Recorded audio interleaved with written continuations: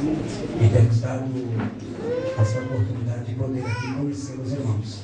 De certo que viemos aqui na terça-feira, eu e o pastor Paulo Lima, mas havia acontecido um problema de queda de energia, mas mesmo assim cultuamos a Deus, porque a luz maior estava aqui, a presença de Jesus.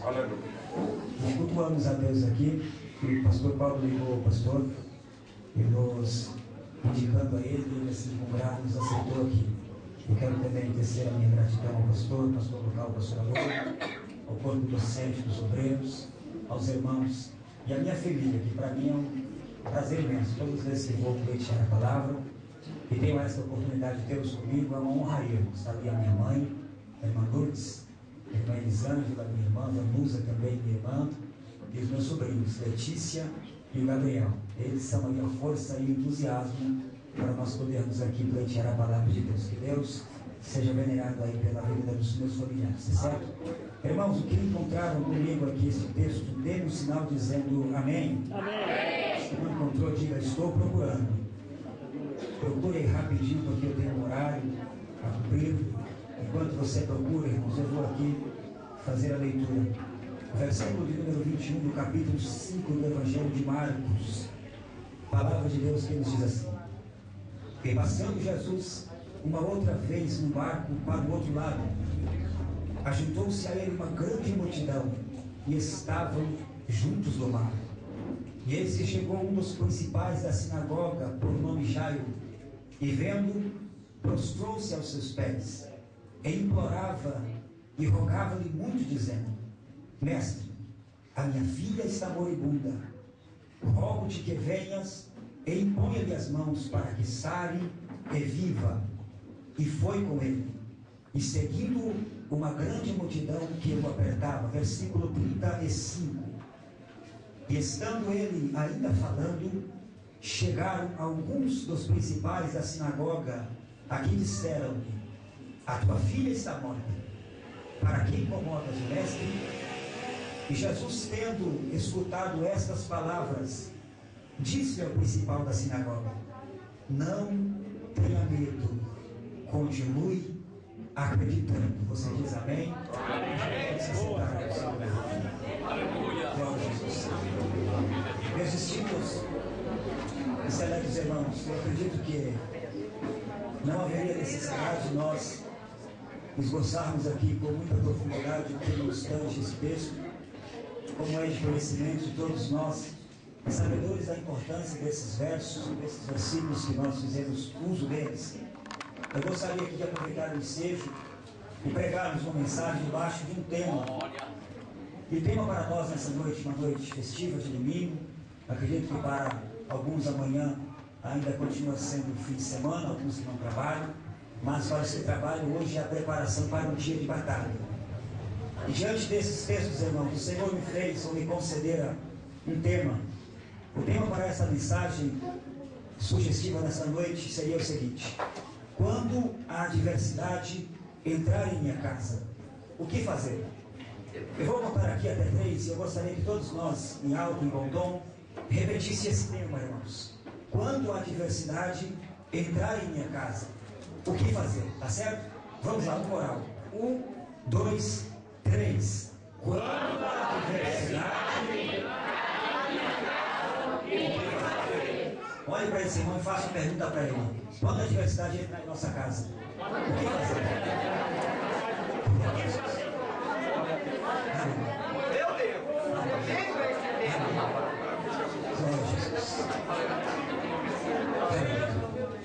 Meus prezados irmãos, eu acredito que todos nós, sendo conhecedores desses textos, ou desses versículos que eu fiz uso para nós essa noite, e debaixo desse tema sugestivo, eu acredito que todos nós agora, por um momento, vamos ficar pensativos, mas daqui a pouco vamos cair na realidade, irmãos, de que a adversidade não é o inimigo latente simplesmente. Ele se levanta consequentemente contra homens, contra mulheres, contra crianças, contra adolescentes e anciões. Mas uma coisa nós temos que ter a convicção e a certeza de que o Deus que nos fez promessa, Ele é maior do que a adversidade. E às vezes, em alguns lugares, quando ela passa, melhor dizendo, ela deixa rastros irreparáveis, rastros às vezes irreparáveis, e em muitas coisas, irmãos, as circunstâncias. Há pessoas, há homens, há famílias que não conseguem encontrar forças diante da adversidade e às vezes não conseguem sobressair de tamanho problema que às vezes estão enfrentando. Jairo, ou Jair, como todos nós conhecemos, que no original significa aquele que Deus ilumina. Este homem, chefe de uma família, estava vivendo a pior penumbra da sua vida. A princípio, nós temos conhecimento de que Jesus, ele passeava pela região chamada Galileia, uma região que Cristo tinha um apreço muito interessante. E um dos seus períodos do ministério, ele passa por uma determinada circunstância a essa região. E diga-se de passagem, Jesus não foi até a presença de Jairo por um acaso. Havia uma ocasião.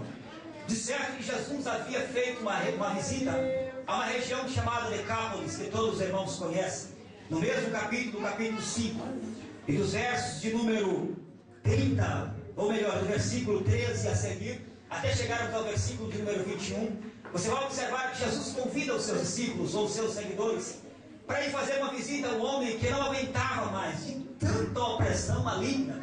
Em outras palavras, estava possesso de demônios opressivos. E Jesus fez questão de visitar, tomando conhecimento de que toda a sociedade tentou de alguma forma possível, ou de algum jeito humano, tentar salvar a solução, ou saudar a situação daquele homem. Mas conhecendo, irmãos, que todos os seus esforços foram nulos, todas as suas expectativas haviam falhado, eles chegaram a uma conclusão: não podemos deixar esse homem morando conosco, residindo conosco na região urbana. Temos que banir ele para um lugar onde ele vai ficar só, isolado. E parece que eles chegaram a uma concepção: vamos trancar ele nos sepulcros, o cemitério vai ser a sua casa. E lá, é o que diz a Bíblia, esses homens olhavam, quem sabe não se contentavam com aquela situação, trancaram suas mãos com algemas, acorrentaram seus pés, mas não era suficiente.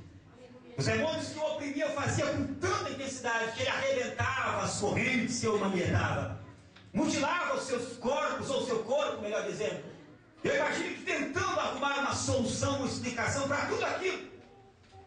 E eu começo a entender, irmãos, que quando Jesus olha para os seus discípulos, olha, nós temos que ir de encontro agora à região chamada Decápolis, e vamos tentar ajudar um homem que está possesso de demônios. Chegaram a fazer um cálculo específico. Era uma legião de demônios que estava possuindo o corpo desse homem. De um jovem, por que não dizer? Este nome, ou essa nomenclatura, ou este cálculo precisamente, que eles tentaram calcular, era uma somatória, falando-se da infantaria do exército romano, que era calculado, irmãos, por mais ou menos 6.000 soldados romanos. Era um cálculo específico de quantos espíritos malignos possuía o corpo daquele homem. Basicamente, 6.000 demônios. Era um homem que tinha o seu subconsciente totalmente defasado. Suas ações já não eram mais controladas por si próprio. Eu imagino que os seus instintos eram totalmente controlados por ações malignas. Vamos tentar imaginar aqui que ali era a sua última expectativa, seus últimos dias de vida. E Jesus chegando próximo àquela região, tomando conhecimento de que os nossos adversários, os nossos inimigos, eles conhecem perfeitamente os dados calculados dos dias que eles têm para tentar perturbar, causar catástrofe ou trazer desastre à nossa sociedade e até mesmo para nossas famílias. Isso é heresia pregadora, não é? Eu te provo agora. No livro das Revelações, a saber, o livro do Apocalipse, no capítulo 12, o versículo 12, o apóstolo São João diz: pelo que se alegrai-vos, ó céus, e vós, moradores da terra. Ele fez um cálculo e disse: olha, ficai um pouco pensativo e atônito, porque o diabo desceu até vós, tendo grande cólera, em outras palavras, irado, veio causar catástrofe, mas uma coisa ele tem que ter ciência, de que seus dias estão contados. E eu observo sobre a profecia do livro do Gênesis 3:15, que quando nascesse da semente da mulher o varão, que certamente exterminaria com o governo satânico e todas as suas hostes malignas. Isso seria feito com o auxílio da igreja glorificada. Vamos tentar imaginar, senhores, que quando Jesus se aproxima daquela localidade, logo os espíritos, tomando conhecimento de que não era ainda chegado o seu tempo, eles pararam e disseram: o que viesse fazer aqui, Jesus, Filho do Altíssimo? Ainda não é chegado o nosso tempo. Como Jesus não perde tempo entrevistando demônios, ele diz: cala-te e sai dele. Irmãos, segundo algumas religiões, porque religião é simplesmente o ato de religar. É por isso que quando alguém diz assim, nós somos religiosos, nós estamos religando algum ser ou alguma divindade. É por isso que na Bíblia Sagrada diz que o que nós ligarmos aqui será ligado no céu. Ou seja, quando nós nos alçamos à religião verdadeira, nós estamos ligando o contato com Deus. Agora, quando dissermos que nós não confessamos, não acreditamos aqui embaixo, está tudo desligado lá em cima. Temos que crer aqui primeiro para ele ligar lá em cima. Se alguém crer aqui, ele vai dizer lá em cima: vai dar tudo certo. Vai dar tudo certo. Vai dar certo. Religião é isso. Como em algumas religiões, esses espíritos malignos, para tomarem forma, é chamado de cavalo. Ele precisa montar, precisa de um corpo. Eles se manifestaram ali. E eu imagino que o nosso Deus, irmãos, que é o grande libertador de todo o sofrimento e angústia dos homens, ele vai permitir que esses espíritos possuíssem outros corpos.